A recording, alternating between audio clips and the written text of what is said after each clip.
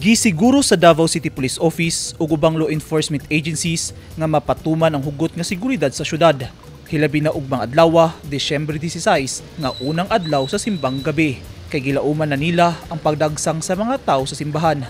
Igmat ang mga otoridad, hilabi na human sa nahitabong pagbusikad sa improvised explosive device sa MSU Marawi City atol sa Santos nga misa niadtong Pitsa 3 ning bulana sulod sa Dimapuro Gym. Matud ni Police Captain Hazel Tuazon, ang spokesperson sa DCPO, nga plastado ug andam na ang kapinlibo ka mga personahe sa kapulisan nga ipang-deploy sa nagkadayang simbahan sa Davao City.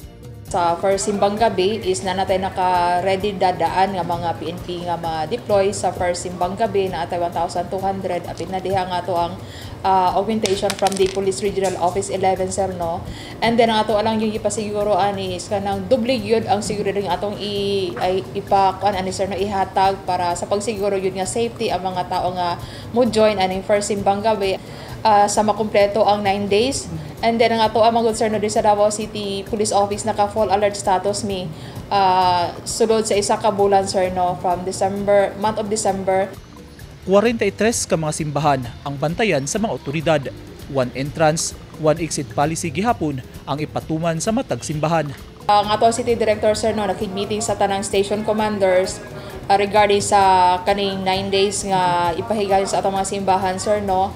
And then kaning sa first day ang pinaka-importante gyud kay daghan jud kaayo na siya nga mo salmot sir no sa mga simbahan. Kailangan na entrance ang gyud na sila dili mag kanang iusa lang ang entrance ug ang exit para simba ko kung naay mga panghitabo sir is kabalo na daan ang mga tao kung asa sila mo exit.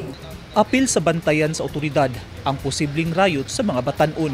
Gipahibalo ng daan ang publiko nga magpatuman og mas istriktong pagbantay sa tanang mosulod gawa sa simbahan ingon man sa mga lugar nga daghang tawo subay sa heightened security measures alang sa kaluwasan sa tanan. Mihangi og pagsabot si Police Captain Tuazon sa mga manimba og sa publiko nga sabton ang istriktong mga pulisiya nga ilang gipatuman ug giauhag nga dili magdala og ginabawal nga mga butang sama sa backpack, jacket, mga hinagiban ug tumbler nga dili transparent aron dili madilatar ug hamloy ang dagan sa pag-inspeksyon sa mga otoridad kanila. Ang ato lang ginahangyo lang gyud permi sir is ato ang i-practice observe nato ang culture of security.